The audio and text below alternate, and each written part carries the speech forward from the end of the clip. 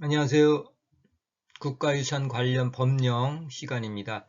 2023년 기출문제 1번부터 5번까지 이제 풀어보도록 할 거고요. 저는 국가유산 수리기술자 식물보호 분야의 윤준월입니다. 궁금한 사항이라든가 스터디에 참여하실 분들은 kt준준@네이버닷컴으로 보내주시면 답장을 해드리도록 하겠습니다. 변경사항이 있습니다. 2025년부터 특히 한국사 검정능력시험 유효기간이 폐지됩니다. 그래서 한국사 검정능력시험에 대한 유효기간 폐지가 공시가 2024년 12월 20일 날 공시가 됐습니다. 그래서 예시로 2025년 기준으로 해서 2015년에 예를 들어서 이제 한국사 능력 검정 시험을 10여 년 전에 봤다. 그러면 상급 취득을 하였을 경우 이제 인정이 가능합니다. 기존에 이제 그 한국사 능력 검정 시험 급수가 3급 이상이었는데 이 급수는 3급 이상인 거 이제 변함이 없고요.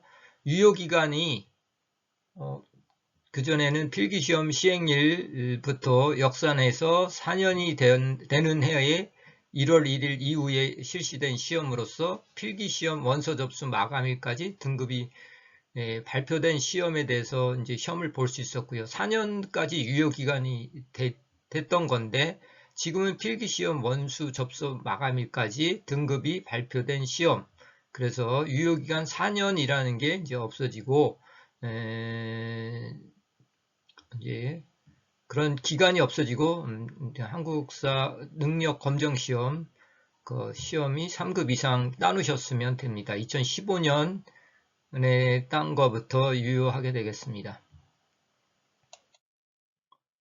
시험 과목은 전번에도 말씀드렸다시피 필기시험은 그 공통 과목으로 국가유산 관련 법령이 있고요. 객관식으로는 보수기술자 같은 경우는 그 다음에 단청기술자, 실측설계기술자 이런 경우는 한국사, 건축한국사가 객관식으로 보고 있습니다. 그 다음에 조경기술자 같은 경우는 객관식으로 조경사, 보존과학기술자 같은 경우는 화학, 그 다음에 식물보호기술자 같은 경우는 토양학을 이렇게 객관식으로 보고 있고요. 나머지 과목들은 전공 분야에 이제 그 두 과목씩 보고 있습니다. 그래서 요거는 이제 각 분야에 해당되는 거를 이제 찾아보시면 되겠고요. 그러면 지금부터 23년 국가유산 수리기술자 국가유산 관련 법령 기출문제를 풀어보도록 하겠습니다. 글씨체를 좀 키웠는데 좀 잘 보이시려나 모르겠습니다.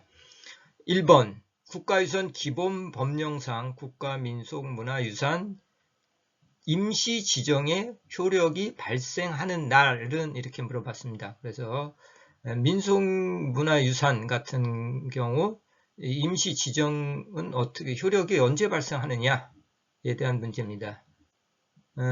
답은 4번입니다. 국가유산청장이 그 문화유산의 소유자, 점유자 또는 관리자에게 통보한 날이 되겠습니다. 그래서 국가유산청장이 그 문화유산의 소유자, 점유자 또는 관리자에게 통보한 날이 임시 지정 효력이 발생하는 날인데요. 문화유산법에 보시면 제32조 임시 지정에 관한 법률이 있는데 임시 지정의 효력은 임시 지정된 문화유산의 소유자, 점유자 또는 관리자에게 통지한 날부터 발생한다 이렇게 되어 있습니다. 통지한 날부터 임시 지정에 대한 거는 좀 잘 알아두셔야 되고요. 보통 그 지정문화재 같은 경우 이런 것들은 30조에 나타났습니다. 지정의 효력 발생 시기, 그래서 뭐 23조, 25조, 27조의 규정에 따른 지정은 그 문화유산의 소유자, 점유자 또는 관리자에게 대하여는 관보에 고시한 날부터 그 효력을 발생한다. 임시 지정이 아닌 일반 지정 문화유산에 대한 겁니다. 그래서 소유자, 관리자 또는 관리자에 대하여는 관보에 고시한 날부터, 이거는 관리한 날부터 효력을 발생하고요.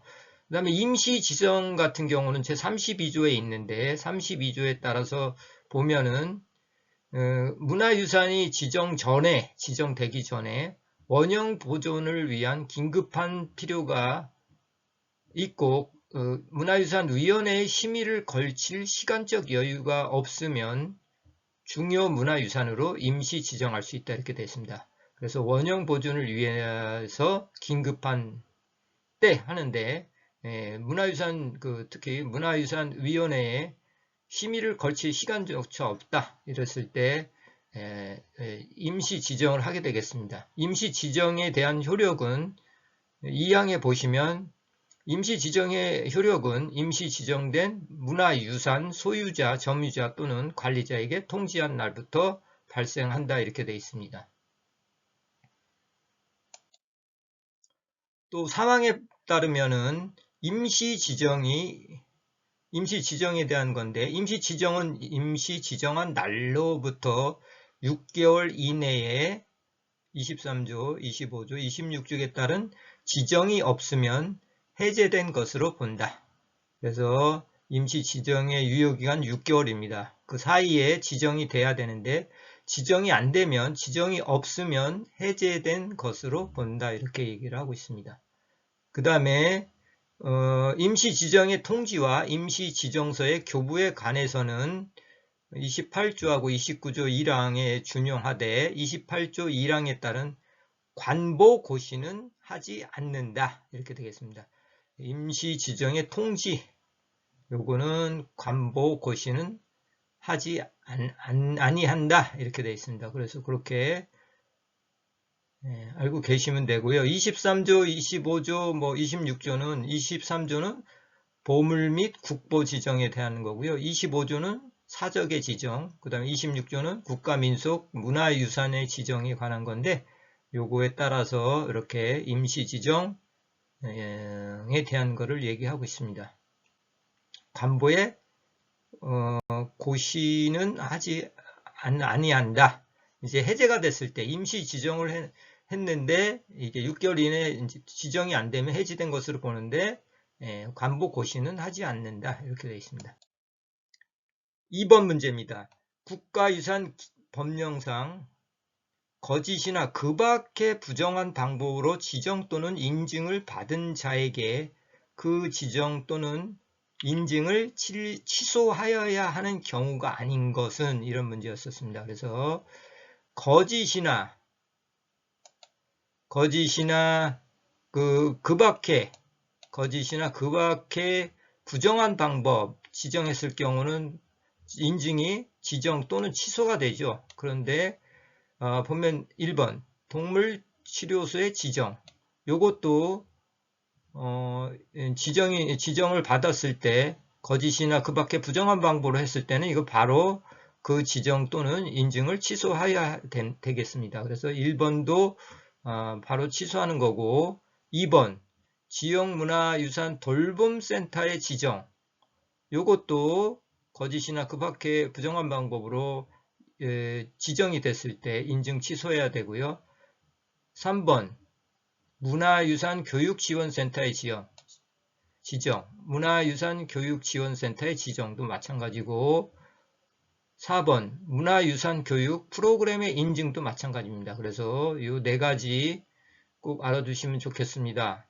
거짓이나 부정한 방법으로 지정 또는 인증을 받은 자는 그 지정 인증을 취소하여야 한다 이렇게 되겠습니다. 그래서 동물치료소의 지정, 지역문화유산 돌봄센터의 지정, 문화유산 교육지원센터의 지정, 문화유산 교육 프로그램의 인증 이렇게 전부 다 거짓으로 했을 때는 바로 지정 또는 인증을 취소해야 합니다. 그래서 자연유산법 제33조에 보면 천연기념물 동물치료소의 지정에 대해서 있는데 거기 2항에 보시면 시도지사는 천연기념물 동물치료소가 다음 각 호의 어느 하나에 해당되면 그 지정을 취소할 수 있다 이렇게 되겠습니다. 취소. 그래서 1번 거짓이나 그 밖에 부정한 방법으로 지정을 받은 경우, 그래서 이거는 바로 취소가 되고요. 3번 고의나 중대한 과실로 치료 중인 천연기념물인 동물을 죽게 하거나 장애를 입힌 경우, 이럴 때 취소를 하여야 합니다. 그래서 특히 동물치료소 같은 경우 이렇게 취소를 하게 되겠는데, 그 다음에 뭐 국가유산청장이나 지방자치단체의 장애 명령을 위반한 경우, 그 다음에 치료 결과를 보고하지 아니하거나 거짓으로 보고한 경우, 경비를 거짓으로 청구한 경우, 그래서 그 다음에 이제 이렇게 돼 있는데, 거짓으로 청구한 경우 같은 경우는 이렇게 취소하게 되겠습니다. 그런데 시도지사가 이제 이 지정, 이걸 취소하게 되어 있습니다. 그래서 동물치료소 같은 경우는, 그래서 시도지사는 제1항 또는 2항에 따라 천연기념물 동물치료소를 지정하거나 취소하는 경우에는 국가유산청장에게 통지하여야 합니다. 이제 취소를 했다. 그러면 거짓으로 뭐 이렇게 했다 그러면 이거를 취소를 하고 유산청장에게 통지를 하여야 합니다. 그 밖에 뭐 지정 절차 및 필요한 사항은 지방 자치단체의 조례로 정한다 이렇게 되어 있고, 그 다음에 3번으로 넘어가겠습니다. 3번에 보시면 국가유산 기본법령상 국유 문화유산이 국가유산청장 외에 중앙관서의 장이 관리하고 있는 행정재산인 경우에 관한 설명으로 옳지 않은 거. 이런 경우는 이제 모든 국유 문화유산 같은 경우는 국가유산청장이 이제 관리를 하게 되어 있는데, 이거 외에 이제 중앙관서의 장이 관리하고 있는 거에 대해서를 얘기하고 있는 겁니다. 옳지 않은 거 그런 문제인데, 1번 중앙관서의 장은 국가유산청장과 협의하여 관리청을 정한다. 아니죠. 여기서 핵심 주어는, 핵심이 되는 거는 국가유산청장이 되겠습니다. 국가유산청장이 되기 때문에 답이 바로 1번으로 골라낼 수 있었습니다. 그래서 행정재산인 경우 또는 국가유산청장 외에 중앙관서의 장이 관리하여야 할 특별한 필요가 있는 것은 있은 경우에는 국가유산청장은 관계기관의 장 및 기획재정부 장관과 협의하여 그 관리청을 정한다 그랬습니다. 그래서 국가유산청장은 관계기관 장 및 기획재정부 장관과 협의하여 그 관리청을 정한다. 그래서 주어가 국가유산청장이 되겠습니다. 그래서 국가유산청장이 관계기관 장 및 기획재정부 장관과 협의하여 관리청을 정하게 되겠습니다. 그래서 답은 1번이 되겠고요. 2번 관리청을 정할 때는 문화유산위원회의 의견을 들어야 한다 이렇게 되어 있습니다. 문화유산위원회의 의견을 들어야 하고, 관리청을 어디로 할 건가 할 때는 문화유산위원회의 의견을 들어야 됩니다. 그 다음에 3번 관리청을 정할 때는 기획재정부 장관과도 협의하여야 한다 이렇게 됐고 맞습니다. 그 다음에 4번 관리청을 정할 때는 관계기관의 장과도 협의하여야 한다. 그리고 관계기관의 장과도 협의해야 됩니다. 그래서 관리청 정할 때는 어떻게 한다고요? 우선 관계기관 장 및 기획재정부 장관과 협의하여 그 관리청을 정한다. 그래서 관리청을 정할 때는 문화유산위원회의 의견을 들어야 한다. 기획재정부 장관과도 협의하여야 한다. 관계기관의 장과도 협의하여야 한다. 이 사항을 알아두셔야 되는데, 문화유산법 제62조에 보면은 관리청과 총괄청 해서 62조 관리청과 총괄청에서 보시면 1항 국유에 속하는 문화유산은 국가유산청장이 관리 총괄한다. 국유에 속하는 문화유산은 국가유산청장이 관리 총괄한다. 그런데 다만 중앙관서의 장이 관리하고 있는 행정자산인 경우 또는 국가유산청장 외에 중앙관서의 장이 관리하여야 할 특별한 필요가 있는 것인 경우에는 국가유산청장은 관계기관장 및 기획재정부 장관과 협의하여 그 관리청을 정한다. 이렇게 되어 있습니다.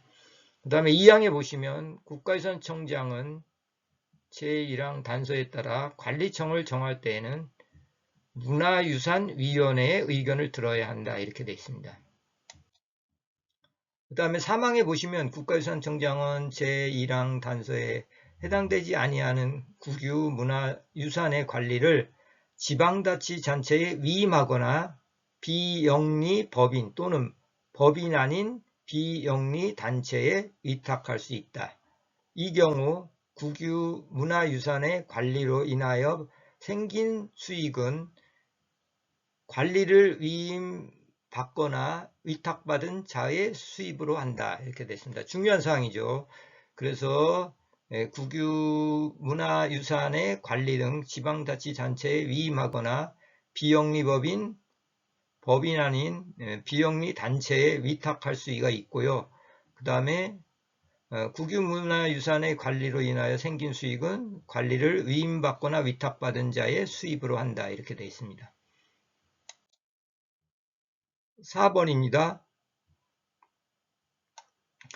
국가유산 기본법령상 국가유산진흥원과 한국문화유산재단이라고 했고요. 그 다음에 국외 소재 문화유산재단의 공통점이 아닌 것. 그래서 국가유산진흥원과 국외 소재 문화유산재단하고 공통점이 아닌 것을 고르는 문제가 되겠습니다. 1번 국유유산청 산하에 설립한다. 맞는 지문이죠. 국가유산청 산하에 이렇게 두 가지가 있습니다. 이렇게 두고 있고요. 그 다음에 정관으로 정하는 바에 따라 임원과 필요한 직원을 둘 수 있고요. 정관에 따라서 임원과 필요한 직원을 둘 수 있고 3번 재단은 법인으로 하며 법인입니다. 그 다음에 국가유산기본법에 규정한 것 외에는 민법 중에 재단법인에 관한 규정을 중요합니다. 법인으로 하고 법인이며 민법에서 이제 이렇게 재단법인에 관한 규정을 준용하고 4번 국가는 재단의 업무 수행을 위하여 필요하다고 인정하면 계약에 의하지 않고도 국유재산을 무상으로 사용 수익할 수 있게 된다. 틀렸습니다. 이게 국유를 무상으로 사용할 수 있고 수익도 할 수 있는 거는 국가유산진흥원이 되겠고요. 그 다음에 국외소재 문화유산재단 같은 경우는 국가유산청장의 사전 승인을 받아야 되겠습니다. 그래서 국가유산진흥원은 국유재산이나 공유재산을 무상으로 사용 수익하게 할 수 있다. 이렇게 되어 있고요. 국외소재 문화유산재단 같은 경우는 수입사업은 국가유산청장의 사전 승인을 받아야 한다. 이렇게 되어 있습니다. 그래서 답은 4번이 되겠고요. 국가유산진흥원을 보도록 하겠습니다. 여기 보시면 그 하는 역할의 이제 설립 목적은 국가나 지방자치단체는 진흥원의 업무 수행을 위하여 필요하다고 인정하면 국유재산이나 공유재산을 무상으로 사용 수익하게 할 수 있다. 이렇게 아까 드린 말씀이고요. 국외소재 문화유산재단은 국외문화유산재단의 설립 목적을 달성하기 위하여 수익사업, 이 경우 수익사업은 국가유산청장의 사정 승인을 받아야 된다고 얘기했는데 하는 역할을 한번 정확히 보도록 하겠습니다. 구독, 좋아요, 알림 설정 해주시고요. 그래서 국가유산진흥원은 국가유산기본법 제32조에 있는데 목적은 국가유산의 보존, 활용, 보급과 전통 생활문화의 개발을 위하여 국가유산청 산하에 설립한다. 국가유산의 보존, 설립, 보급과 전통문화생활의 개발을 위해서 이제 설립했고요. 1번 공연, 전시 등 무형유산 활동 지원 및 진흥. 2번 국가유산 관련 교육, 출판, 학술조사, 연구 및 콘텐츠 개발 활용. 그다음에 3번 매장 유산 보호 및 조사에 관한 법률에 따라서 매장 유산을 발굴할 수도 있습니다. 그 다음에 4번 전통 문화상품, 음식, 혼례 등의 개발, 보급 및 편의시설 등의 운영을 할 수가 있고 5번 국가유산 공적개발 원조 등 국제교류. 그 다음 6번 국가유산 보호운동의 지원. 7번 전통문화행사의 복원 및 재현. 8번 국가지방자치단체는 단체 또는 공공기관 등으로부터 위탁받은 사업을 할 수가 있습니다. 그리고 진흥원의 설립 목적을 달성하기 위한 수입사업과 그 밖의 정관으로 정하는 사업을 할 수가 있고요. 그 다음에 진흥원 사항에 보시면 진흥원에는 정관으로 정하는 바에 따라 임원과 필요한 직원을 둔다. 5항에 보시면 진흥원에 관하여 이 법에 규정한 것 외에는 민법 등 재단법인에 관한 규정을 준한다. 5항 진흥원 운영에 설치한 경비는 국고에서 지원할 수 있다. 7항 국가나 지방자치단체는 진흥원의 업무 수행을 위하여 필요하다고 인정하면 국유재산이나 공유재산을 무상으로 사용, 수익하게 할 수 있다. 8항 이 법에 따른 진흥원이 아닌 자는 국가유산진흥원 또는 이와 유사한 명칭을 사용하지 못한다. 이렇게 되어 있습니다. 그 다음에 국외소재 문화유산재단에 대해서 알아보도록 하겠습니다. 문화유산기본법 제69조에 있는데 국외소재 문화유산의 현황 및 반출 경위 등에 대한 조사, 연구, 국외소재 문화유산 환수 활용과 관련한 각종 전략, 정책, 연구 등 국외소재 문화유산과 관련한 각종 사업을 종합적, 체계적으로 수행하기 위해서 이제 만들었는데 1번 국외소재 문화유산의 현황, 반출 경위 등에 대한 조사 및 연구. 그 다음에 2번 국외소재 문화유산 환수 및 보호에 관한 연구. 3번 국외소재 문화유산의 취득 및 보존 관리. 4번 국외소재 문화유산의 환수 및 활용 관련 단체에 대한 지원, 교류 및 국제연대 강화. 5번 국외소재 문화유산 환수 및 활용 관련 홍보, 교육, 출판 및 보급 이런 역할을 하고요. 그 다음에 6번 외국 박물관 한국실 운영 지원. 7번 한국 담당 학예사 파견 및 교육 훈련. 9번 국외소재 문화유산의 보전 처리 및 홍보 지원. 9번 국외문화재단의 설립 목적을 달성하기 위한 수익사업이라든가 할 수가 있는데 이 경우 아까 얘기했던 수익사업은 국가유산청장의 사전 승인을 받아야 한다. 이렇게 됐습니다. 국외소재 문화재단, 국외소재 문화재단의 특징은 수익사업은 국가유산청장의 사전 승인을 받아야 된다. 10번 그 밖의 국외 문화유산 재단의 설립 목적을 달성하는 데 필요한 사업을 할 수 있습니다. 5번입니다.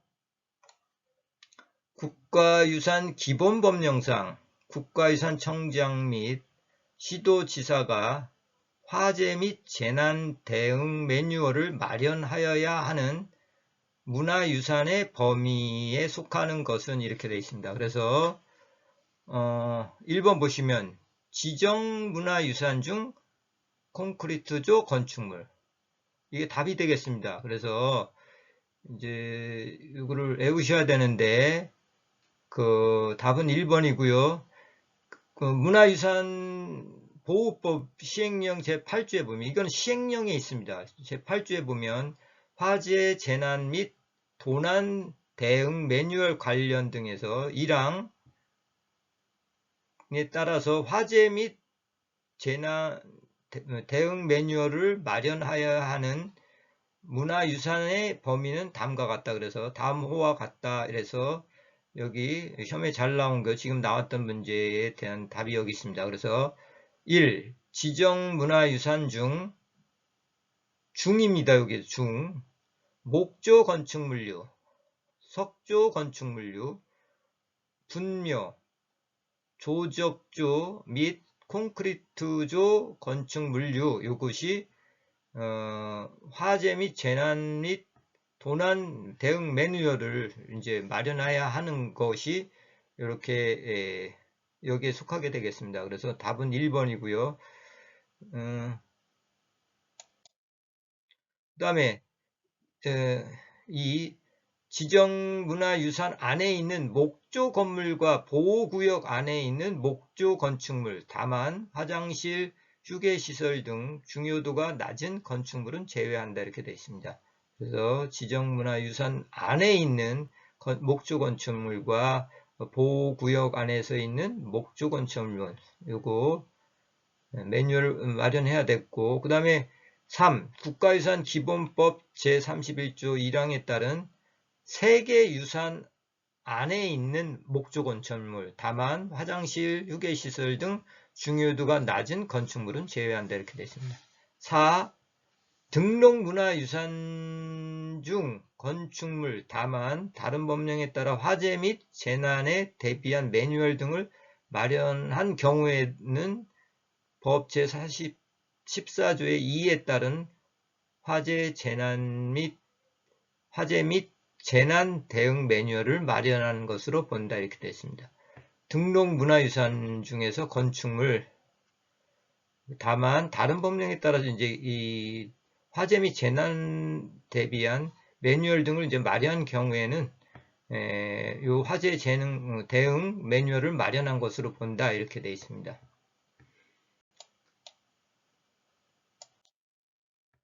그 다음에 2항에 보시면 법 제14조의 2, 제1항에 따라 도난 대응 매뉴얼을 마련하여야 하는 문화유산의 범위는 다음 각호와 같다. 아까 했던 얘기죠. 그 다음에 이거는 이제 대응 매뉴, 도난에 대한 겁니다. 도난에 대한 거. 그래서 도난에 대한 거는 지정 문화유산 중에서 동산에 해당되는 문화유산. 도난은 동산 같은 경우는 이제 도난을 당할 수 있으니까 지정문화유산 중에 동산에 관한 이제 이렇게 문화유산 같은 경우는 도난 대응 매뉴얼을 마련해야 되겠습니다. 그 다음에 등록문화유산 중에 동산에 해당되는 것. 그래서 지정문화 중에 동산, 등록문화 중에 동산. 그래서 이거는 도난 대응 매뉴얼에 어떤 사항을 넣냐 하면 1번 화재 및 재난 및 도난의 예방 활동을 해야 되고 들어가야 되고, 화재 등 발생 시 신고 방법, 예방 활동, 신고 방법, 화재 및 재난 시 문화유산의 이동, 분산 대피 등 대응 방법들 있어야 되겠고, 사항에 보시면 이 국가유산청장 및 시도지사는 제1항 및 제2항에 따른 대응 매뉴얼을 연 1회 이상 점검, 보완하여야 한다. 중요하죠. 국가유산청장하고 시도지사는 대응 매뉴얼을 연 1회 이상 점검, 보완하여야 한다 돼 있고, 이 경우시 시도지사는 보완한 대응 매뉴얼을 보완한 날부터 15일 이내에 국가유산청장에게 제출하여야 한다. 그래서 도난, 화재 시 뭐 이런 도난일 때 이때는 이렇게 15일 이내에 이제 보완한 날서부터 15일 이내에 국가유산청장에게 제출을 해야 된다. 보완하는 거는 시도지사가 하는 거죠. 여기 보시면 이제 답이 있고요. 답을 참고하시면 되는데, 답이 좀 틀린 게 하나 있었습니다. 그래서 그거 주의하셔서 보시고요. 다음 시간에는 23년 기출문제 1번부터 10번까지 이제 풀어보도록 하겠습니다.